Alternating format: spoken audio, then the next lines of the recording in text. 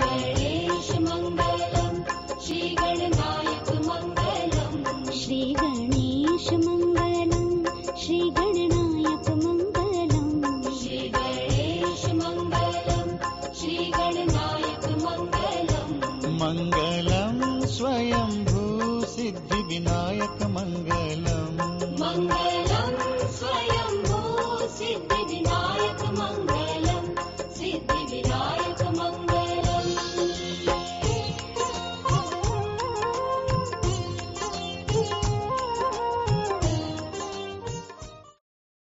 Welcome to the Bhajnavali broadcast, directed and hosted by Sri Gyan Rajhans. Bhajnavali is a spiritual broadcast consisting of English discourses, Hindi pravachan, and melodious bhajans. भजनावली के प्रसारण में आपका स्वागत है। हमारे प्रसारण में आप अंग्रेजी और हिंदी प्रवचनों और मधुर भजनों सुनते हैं।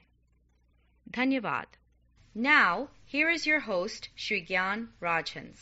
Dear worldwide devotees of Bhajnavali, this is the most pious day for Bhajnavali, namely Sri Gita Jayanti, when Lord Krishna sang the song divine to the hesitating warrior Arjuna in the battlefield of Kurukshetra. Hence, today's entire broadcast will be devoted to the Hindu's Bible, Srimad Bhagavad Gita, where you will learn history of the Gita, its influence in modern times, and what Bhagavad Gita gives to the seeker. भजनावली के विश्वव्यापी भक्तों, मोक्षदा एकादशी श्री गीता जयंती है, जो भजनावली के लिए सर्वाधिक पावन दिवस है, क्योंकि ज्ञान गीता भजनावली प्रसारण का नियमित और अभिन्न अंग गत वर्षों से रहा है।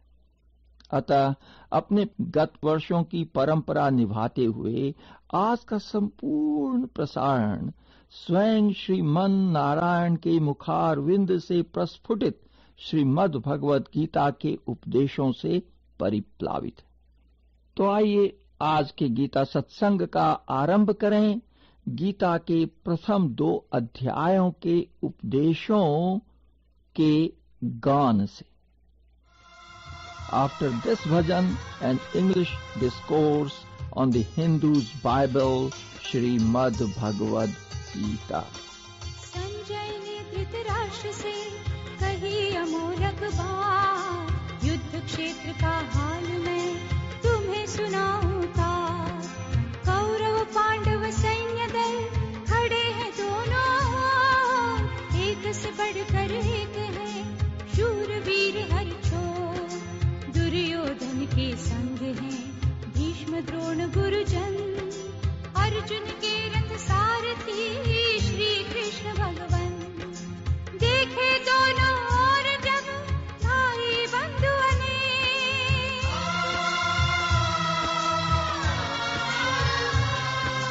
देखे दोनों ओर जब भाई बंधु अनेक। अर्जुन ने गांडीव धनु दिया तुरंत ही फेंक, दिया तुरंत ही फेंक, दिया तुरंत ही फेंक।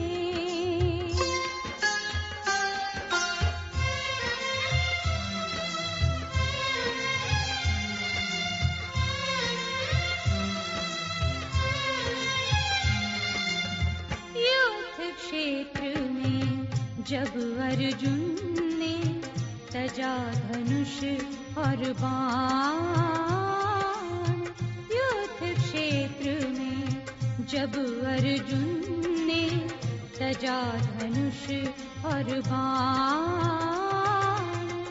महापाप मुझसे ना होगा,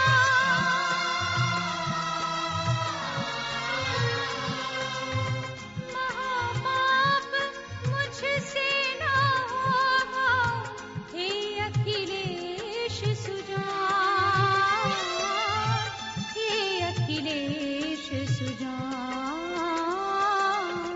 युद्ध क्षेत्र में जब अर्जुन ने तजा धनुष और बाण।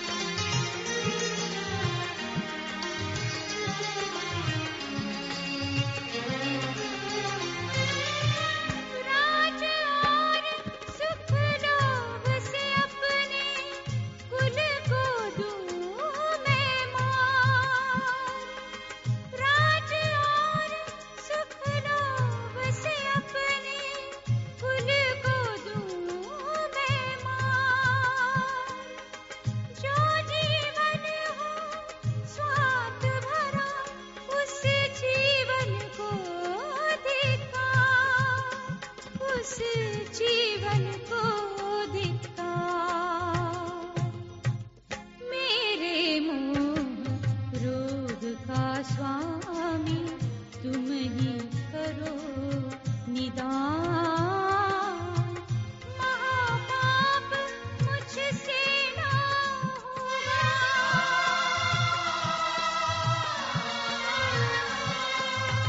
महापाप मुझसे ना होगा। हे अखिलेश सुजान, हे अखिलेश सुजान। युद्ध क्षेत्र में जब अर्जुन ने तजा धनुष और बाण,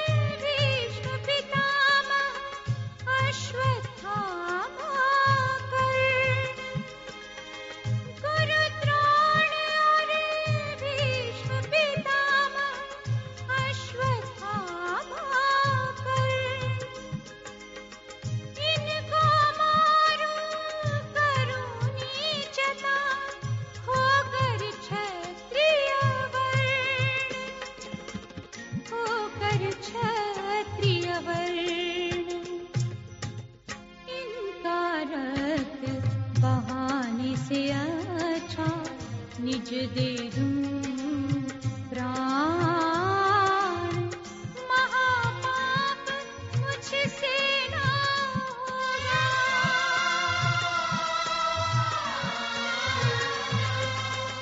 महापाप मुझसे ना होगा। हे अखिलेश सुजान, हे अखिलेश सुजान। क्षेत्र में जब अर्जुन ने तजा धनुष और बाण,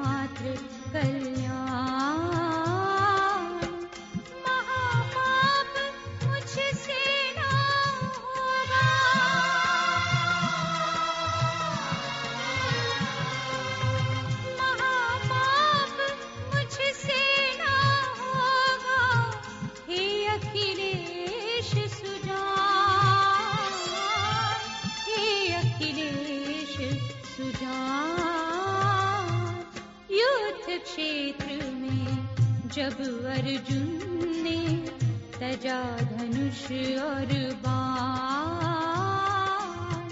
युद्ध क्षेत्र में जब अर्जुन ने तजा धनुष और बाण।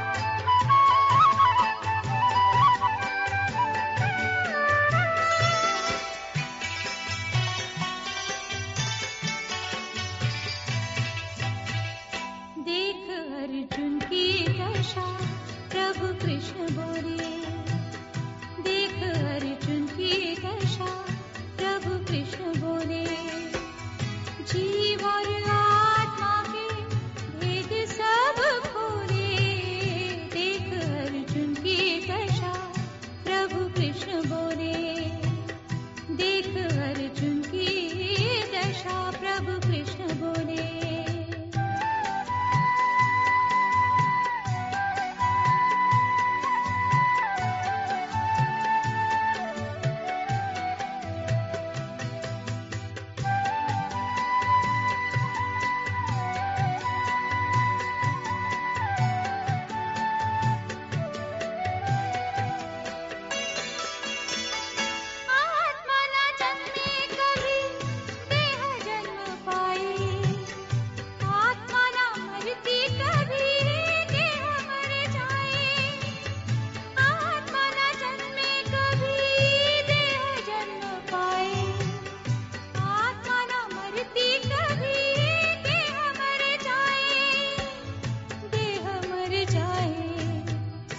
जन्म जो ये मर जाए, जन्म फिर हो ले, जीव और आत्मा के भेद सब खोले, देख अर्जुन की दशा, प्रभु कृष्ण बोले।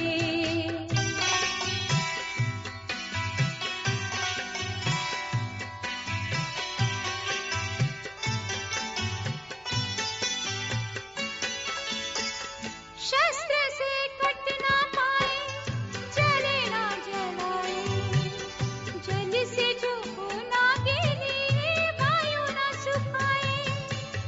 शस्त्र से कट ना पाए, जले ना जलाए, जल से जो ना गिरे, वायु ना सुखाए, वायु ना सुखाए।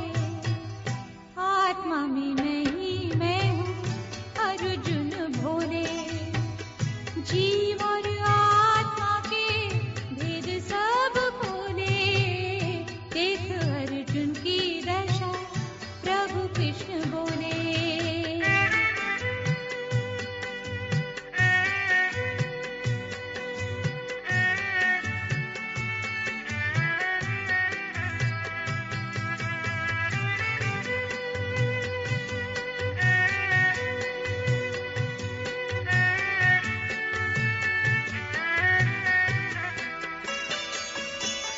धर्म युद्ध जो ना करे, पापी कहलाए, तू है एक योद्धा, तेरी कीर्ति खो जाए।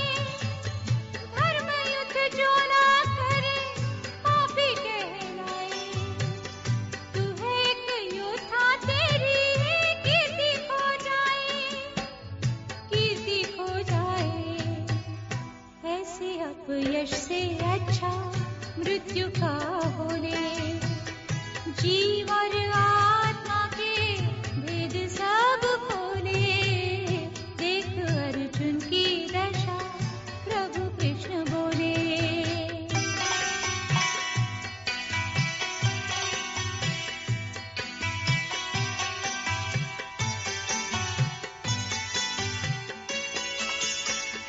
आज को भूला है तू, कल की है चिंता, कर्म करने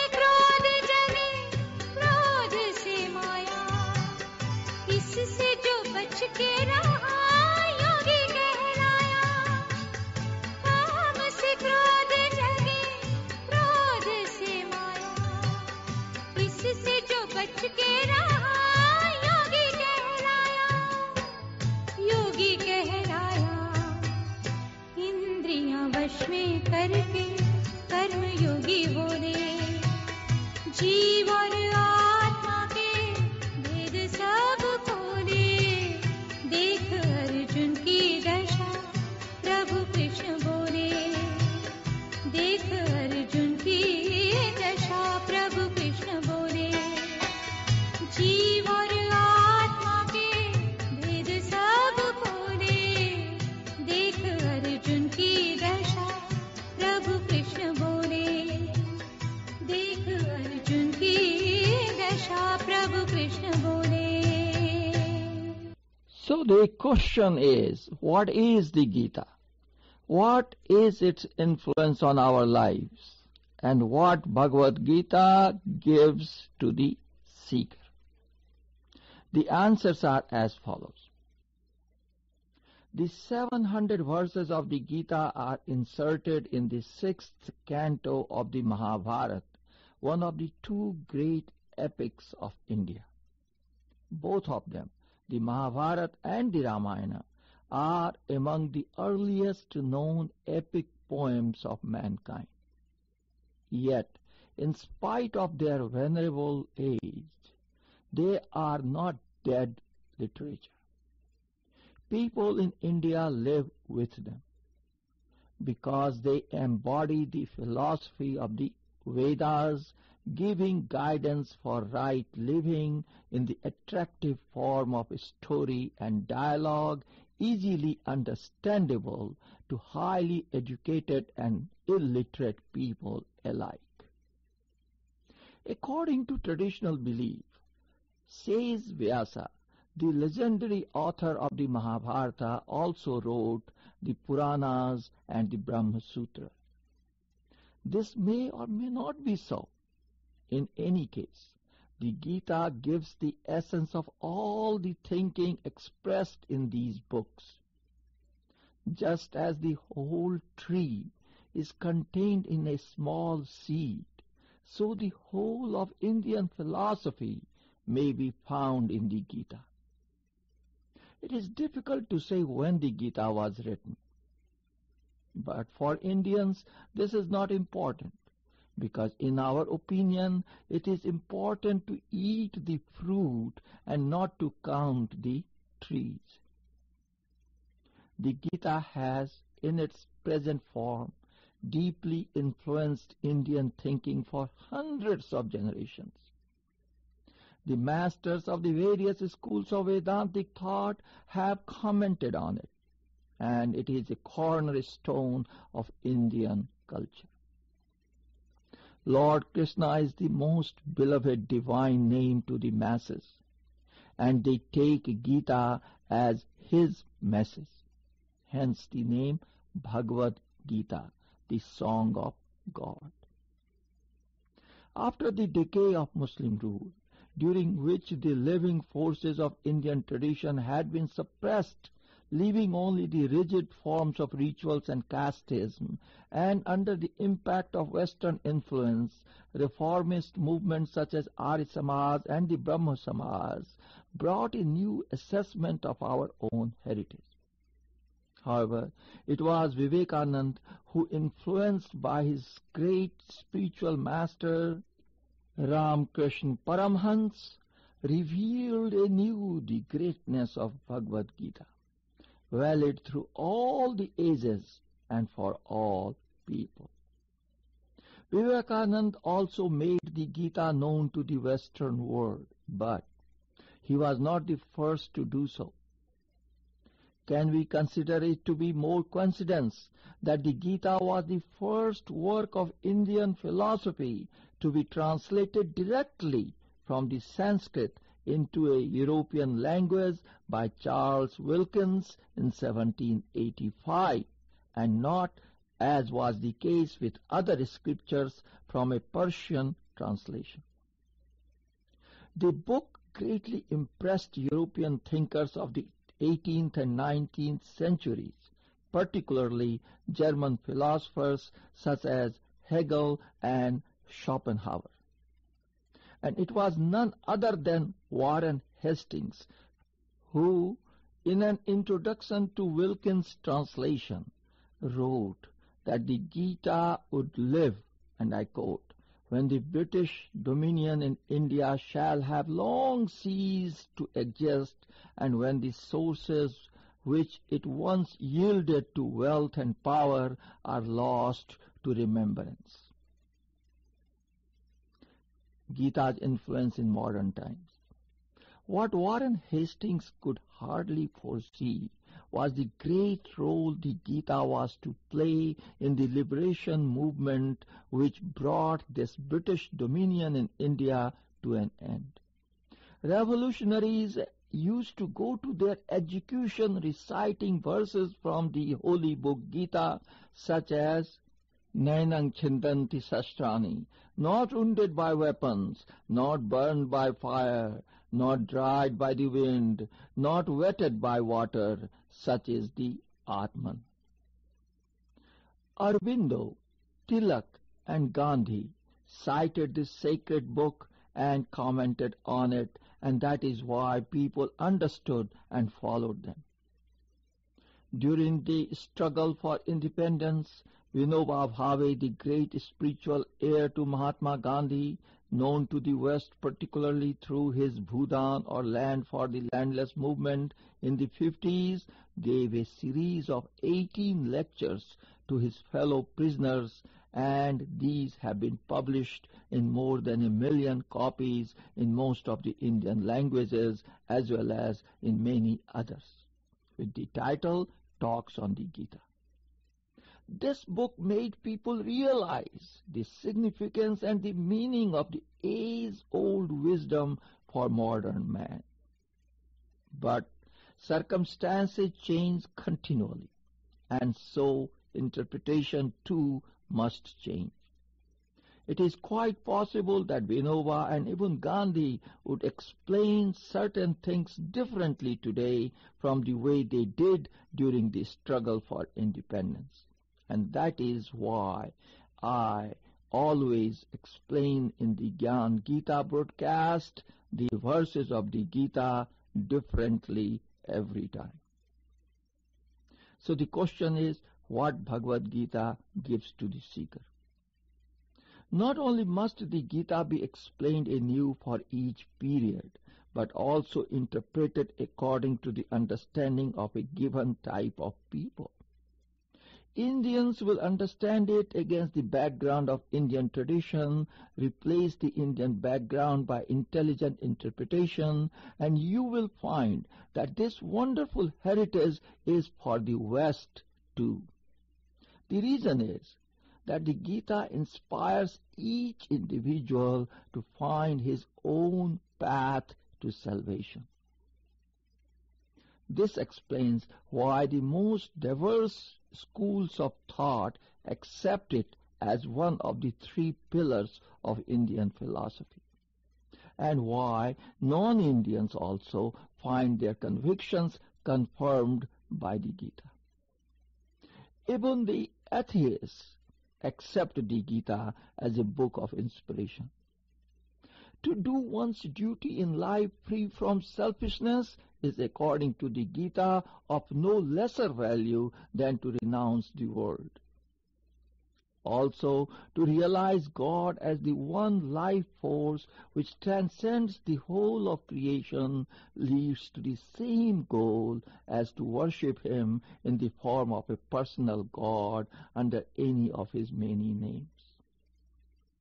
The Gita helps everyone to strengthen his own way of progress. To those who understand this, there is no need for any conversion. Lord Krishna says, and I quote, "It matters not what deity a devotee chooses to worship. If he has faith, I make his faith unwavering." End of the quote. And to this generous tolerance, the noble and poetic language of the Gita, the lively dialogue in which it explains the problems of life and their solutions, and you will understand why it has become and remained the most popular of all Indian holy scriptures. In most other religious teachings, there is little room for questioning. Belief is stressed as the first necessity. This makes it difficult for modern man to keep his traditional faith alive, and he turns to philosophy, where he is free to question. In India, we do not make this difference. We see no antagonism between religion and philosophy, as we consider that conviction must come before faith. From your Western angle, it is better to consider the Bhagavad Gita as a book of philosophy rather than as one of religion. This will keep you from making yourselves victims of blind faith. Here, as in everything, blind faith blocks progress. The real seeker must question and go on questioning. From each answer, there arises a new question, and so the individual develops step by step.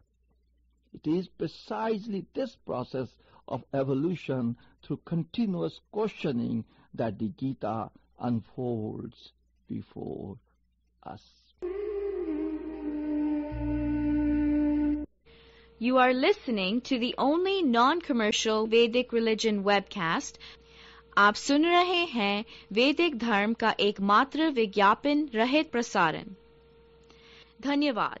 सर्वोपनिषदो गावो दोग्धा गोपाल नंदन पार्थो वत्स सुधी भोक्ता दुग्धं गीतामृतं महत्। सब उपनिषद मानो गौए हैं, ग्वालों का प्यारा श्री कृष्ण मानो दूध दुहने वाला ग्वाला है। अर्जुन मानो इन गौओं को पौसाने वाला बछड़ा है। गौओं के पौसाने पर उस रस का भोगने वाला हर एक जिज्ञासु है, अर्थात हम और आप। गीता महाभारत के भीष्म पर्व का एक भाग है। यह मैंने अभी अभी बच्चों को बताया। भीष्म पर्व में 25 से 42 तक जो 18 अध्याय हैं, वे ही श्रीमद् भगवत गीता कहलाते हैं। श्रीमद् भगवत गीता का अर्थ है भगवान श्री कृष्ण द्वारा गाया हुआ गीत। हमारे धर्म में इतने अधिक शास्त्र हैं कि उनको जीवन में पढ़कर समाप्त करना संभव नहीं है। अतएव भगवान श्री कृष्ण ने कलयुग में हमारी अल्पायु को ध्यान में रखते हुए यत सार भूतं तत् उपासित व्यम अर्थात समस्त शास्त्रों का सार गीता के 700 श्लोकों एवं 9456 that is 9456 वर्ड्स में हमें प्रदान किया। 9456 पद्यबद्ध शब्दों में उपनिषदों का सारांश आ गया है। इसीलिए इस पुस्तक की बड़ी महत्ता है। यह तेजस्विनी पुस्तिका भारत की आध्यात्म विद्या की सबसे बड़ी देन है। अब प्रश्न है कि गीता का सही तात्पर्य क्या है?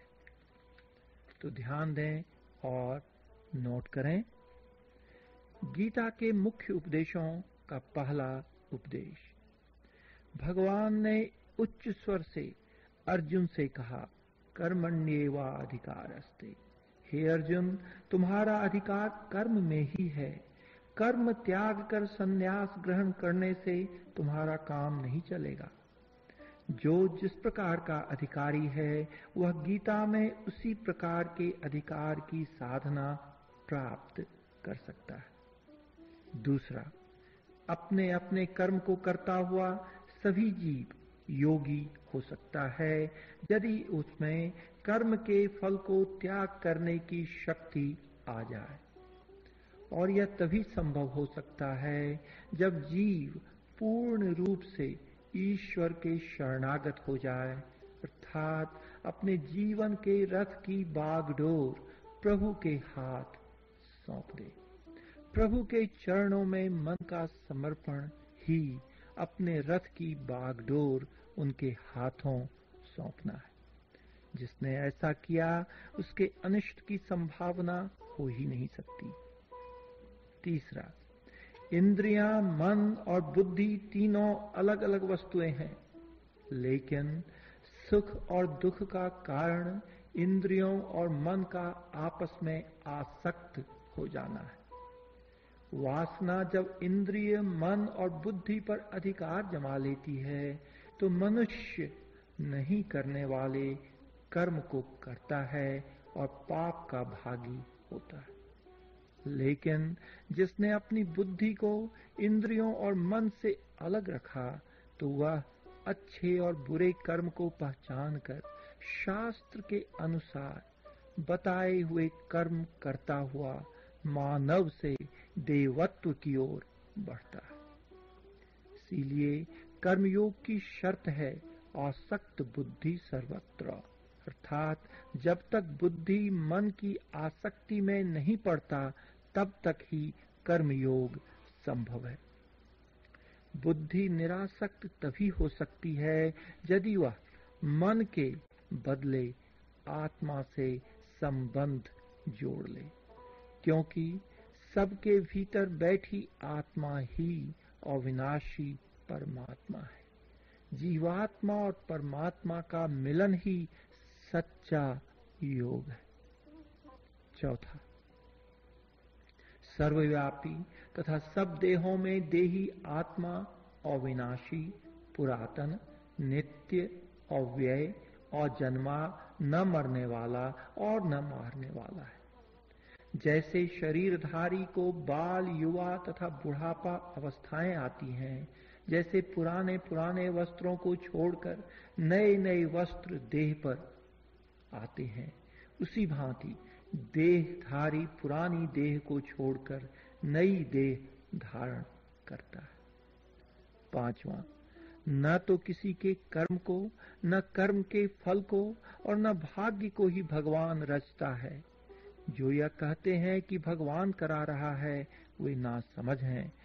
भगवान ने स्पष्ट रूप से 5वें अध्याय में कहा है, न कर्तृत्वं न कर्माणि लोकस्य सृजति प्रभु, न कर्म फल संयोगं स्वभावस्तु प्रवर्तते। अर्थात इसी बात को संत तुलसी अपने रामायण में कहते हैं, काहु न को सुख दुख कर दाता, निज कृत कर्म भोग सुनु भ्राता। अतः योगः कर्मसु कौशलम, कुशलता से किया हुआ कर्म ही कर्मयोग है। कर्म करने की कुशलता क्या है? यही कि कर्म तो किया जाए परंतु उसका बंधन न लगने पावे। यह किस प्रकार संभव होगा? तो भगवान कहते हैं, यत करोषि यदश्नासि यद जुहोषि ददासि यत पश्यसि कौन्तेय तत्कुरुष्व मद्दर्पणम्। Whatever you do, whatever you eat, whatever you offer in sacrifice, whatever you give, whatever you practice as austerity, O Arjuna, do it as an offering unto me. इस प्रकार श्रोताओं, गीता का उपदेश निरुत्साहियों को उत्साहित करने वाला, निराश हृदयों में आशा का संचार करने वाला, कायरों को वीर बनाने वाला तथा आलस्यों को स्फूर्ति देने वाला है। तो आज के इस विशेष गीता जयंती प्रसारण का अंत करना चाहूंगा एक अत्यंत ही मधुर गीता भजन से, जो संत श्री मुरारी बापू द्वारा लिखा हुआ है, परंतु उसे गाया है हमारे टोरंटो के उभरते हुए कलाकारों ने। I would like to end today's special Gita Jayanti broadcast with another melodious Gita bhajan written by Sant Shri Murari Bapu and sung by our local Torontonian singers. तो इसी भजन के साथ आज का यह विशेष प्रसारण अंत हो जाएगा। On behalf of the entire Bhajnavali team, we wish you all happy Gita Jayanti. Gita Jayanti के शुभ अवसर पर अनेकानेक शुभकामनाएं। आज्ञा दें। प्रणाम। जाने क्या जादू भरा हुआ भगवान तुम्हारी गीता में, जाने क्या जादू भरा हुआ भगवान तुम्हारी गीता में। गीता संतों को प्यारी है, गीता संतों को प्यारी है, गीता संतों को प्यारी है, गीता संतों को प्यारी है। श्रुति धर्म के अनुसारी है, श्रुति धर्म के अनुसारी है। सारा भव सागर तरा हुआ, सारा भव सागर तरा हुआ श्री कृष्ण तुम्हारी गीता में, श्री कृष्ण तुम्हारी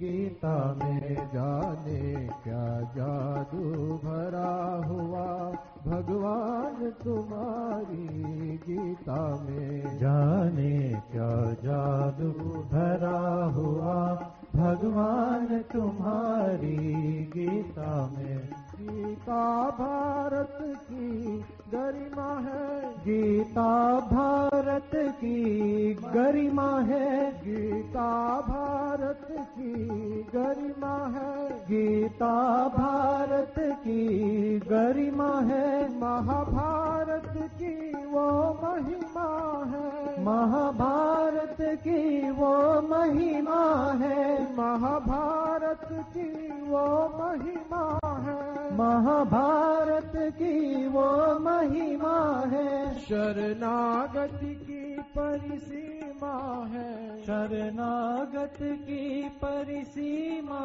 है। श्री कृष्ण तुम्हारी गीता में, श्री कृष्ण तुम्हारी गीता में। जाने क्या जादू भरा हुआ भगवान तुम्हारी गीता में, जाने क्या जादू भरा हुआ भगवान तुम्हारी गीता में।